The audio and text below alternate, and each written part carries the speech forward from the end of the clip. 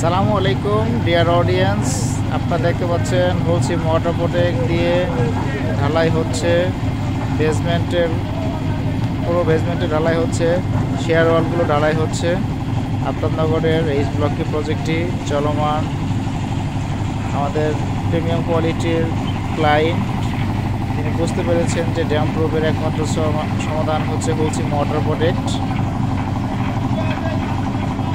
বলছি motor protect কনক্রিটের ভিতরে সূক্ষ্মভাবে ড্যাম প্রুফ করে থাকে, ডেন্স কনক্রিট তৈরি করে থাকে।